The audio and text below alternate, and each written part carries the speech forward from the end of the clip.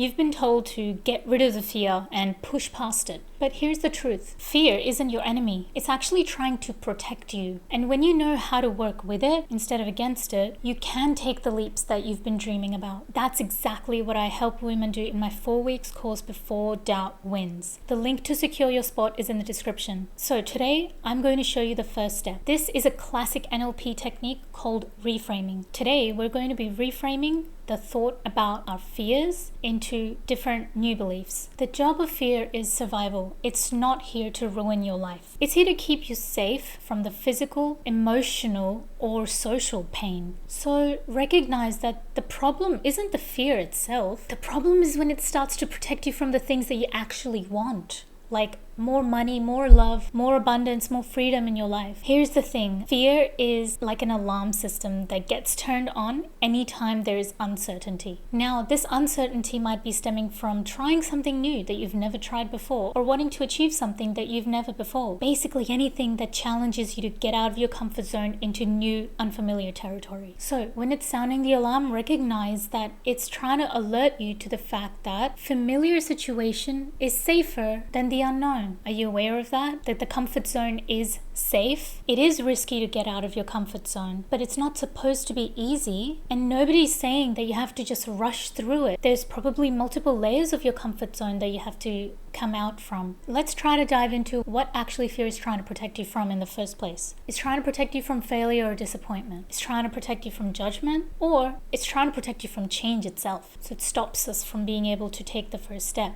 So you don't have to risk trying and not succeeding. So you don't have to risk the rejection from others or embarrassment. And change itself, fear tries to protect you from this. Because any change is scary because it's not in the territory of known. It's suddenly in the territory of the unknown. So by default, change itself is scary. When we call out fear and recognize which of these situations does this fear belong to, it can be like a fun hunting game. Self-development doesn't have to be so serious and tedious. It can be fun. We're going out and hunting for our limiting beliefs. That can be a fun thing. If it isn't, I want to make it a fun thing. Let's make it a fun thing. So, when you're met with fear, and trust me, the antidote to fear is joy. When you approach fear with not judgment, saying like, why do I get this? And you meet it with compassion instead and say, well, what are you trying to teach me? You start to actually get answers and start taking action and moving forward. And you get the power to reframe whatever that is. But the longer you remain unaware of this because you're stuck in judgment and literally just asking the wrong questions, the more time you can get stuck in just this loop of fear and judgment and fear and judgment. Then you judge yourself for having judgment. It's an endless loop. The other thing that people do is they try to push past the fear and they try to force change on themselves despite fear, because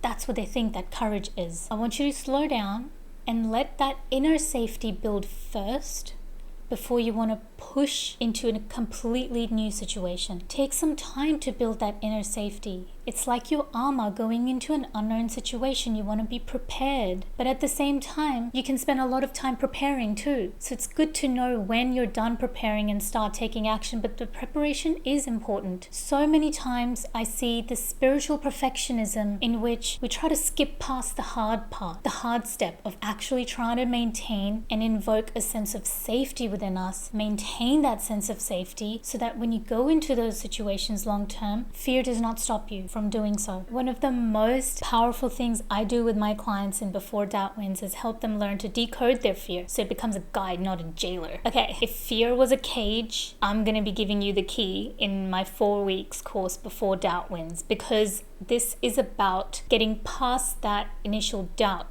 that stops you from taking action, whether that doubt is from yourself or doubt about anything in the situation. Having that certainty and clarity, we're going to be doing live exercises to build that and actually discover who we are, not try to force it. Then we start taking live mindset shifts. So if that sounds like you, the link to secure your spot is in the description below, and I'll see you in the next video.